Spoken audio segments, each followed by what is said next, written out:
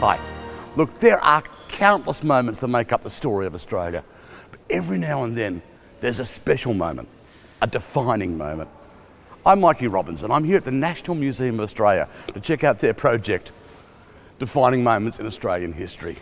Look, what we're going to do is we're going to go behind the scenes. We're going to check out some objects that tell the stories about these moments, about who we are.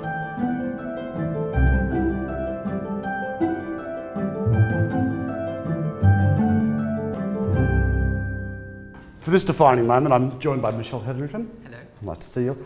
And a very small but very poignant piece of cloth. Michelle, could you describe what we're looking at here? So this is an armband from Auschwitz, worn by a Polish political prisoner. She wasn't Jewish, she was Roman Catholic, and she was sent to Auschwitz in about 1941 and was on the death march to Bergen-Belsen early in 1945. And she survived.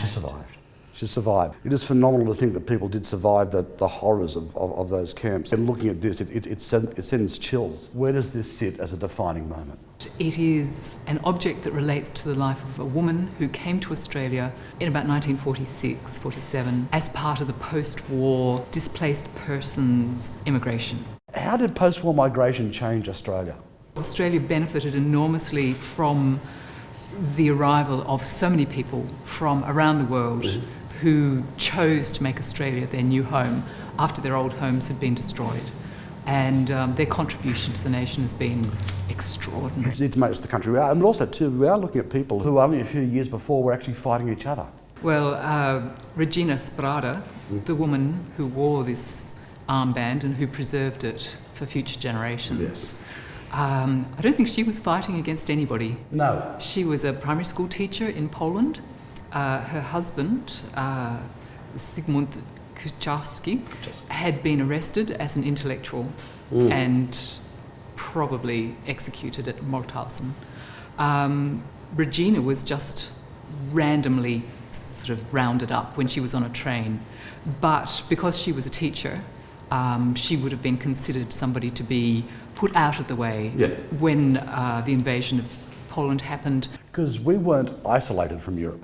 Indeed, and one of the things that really struck me when I was doing the work to bring this object into the National Museum's collections was I was looking at Australia's post-war immigration policy, and amongst the Labor Party in particular, and in the wake of John Curtin's death, the acting Prime Minister said, one day it will be known how close Australia was to being overrun. Yes.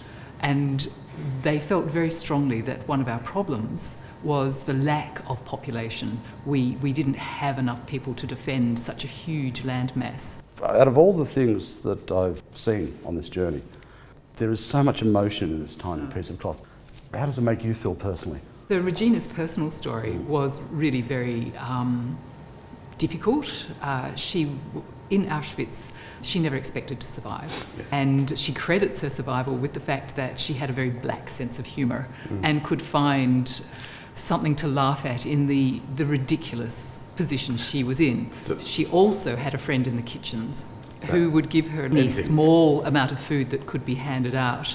And she was subjected to experiments by the Hygiene Institute and suffered disease after disease, all the diseases of poverty and lack of care. In 1992, after her husband died, she wrote her autobiography, and because she wanted people to know. The photograph taken of her in her striped prison uniform with her head shaved, and she's smiling. So there's that sort of sense of a strong personality. And when she finally was released in 1945, she met and fell in love with a Polish officer who was responsible for helping to process Polish refugees. Right. And they, she said, we just decided, get on with it, we'll marry. And they did. But of course, he couldn't return to Poland because the Russian invasion of Poland had put a different group of people in charge, and her husband risked, possible death if he went back. That was certainly what he felt. Because this object comes with so much family history, does it have extra responsibility when you curate it? And we take extraordinary care of everything we acquire, but I feel that when you're dealing with people's treasured possessions, even if they're difficult, treasured possessions, you do have an enormous responsibility. You know, we're fully aware of our responsibilities as a result.